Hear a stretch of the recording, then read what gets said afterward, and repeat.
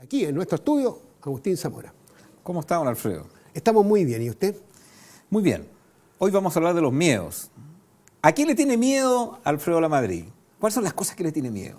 Cuéntela firme. No soy muy bueno para tener miedo, pero tengo temor a muchas cosas, a la pérdida de un hijo, a un problema con algún familiar, a un futuro que sea incierto de repente, etcétera. Para mis hijos, porque yo trabajo por ver el futuro de mis hijos, no por mí.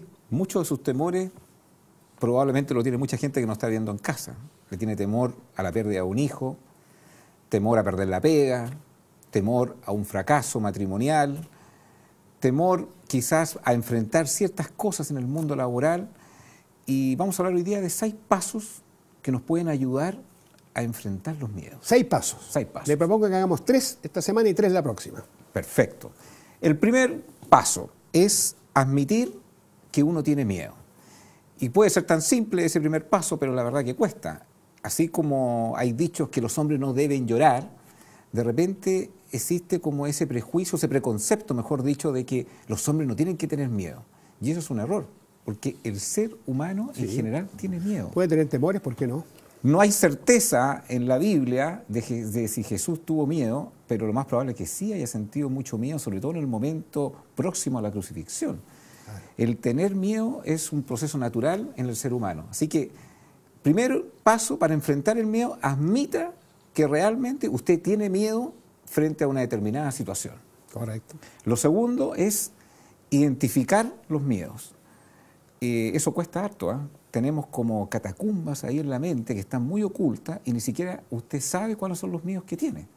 Y lo mejor es identificar esos miedos, descubrirlos, porque será la mejor manera de enfrentarlo cuando aparezcan en una determinada circunstancia que uno enfrenta en la vida. Porque ahí aparecen los miedos, cuando nos enfrentamos a una circunstancia inesperada y aparece el miedo, aparece el pavor, y es mejor empezar a descubrirlo desde ya. A lo mejor usted no está viviendo un miedo en este momento, ni lo está enfrentando, pero empieza a descubrirse a sí mismo, estas catacumbas que tiene en el cerebro, cuáles son las cosas a las cuales usted le tiene miedo. Muy bien. Y lo tercero es, investigue a través del miedo, ¿ah? Investigue, descubra. Por ejemplo, hay gente que le tiene miedo a los animales, o le tiene miedo, por ejemplo, a las arañas, o le tiene miedo a, no sé, a los ratones. Y bueno, investigue por qué usted le tiene tanto pavor. Por ejemplo, yo le tengo mucho miedo a los perros, fíjese. Sí. Sí. Y me quedé con la sensación de que siempre le iba a tener miedo a los perros. Hasta que un día descubrí, bueno, ¿por qué le tengo miedo a los perros? Y hablando con mis padres, efectivamente me había pasado algo con un perro cuando era muy chico.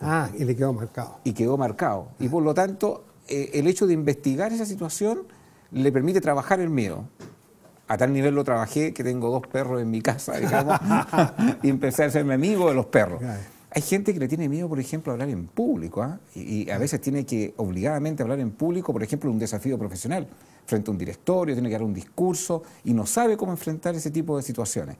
Investigue, averigüe por qué usted tiene ese miedo de enfrentar a la gente y probablemente vaya a descubrir muchas cosas de su pasado, las vaya a poder trabajar y finalmente solucionar y enfrentar esa situación y vencerla y superar ese miedo.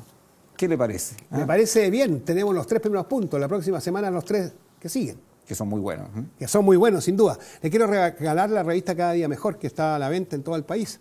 Revista Cada Día Mejor. El número 16. Jimena Rebania, ¿a qué le tendrá miedo? Me dijo que a los retos de Alfredo Lamadrid. No, me vengan con esos cuentos. Pero tanto hay. A los retos del hermano, Gordito Rabani, que tiene mal genio.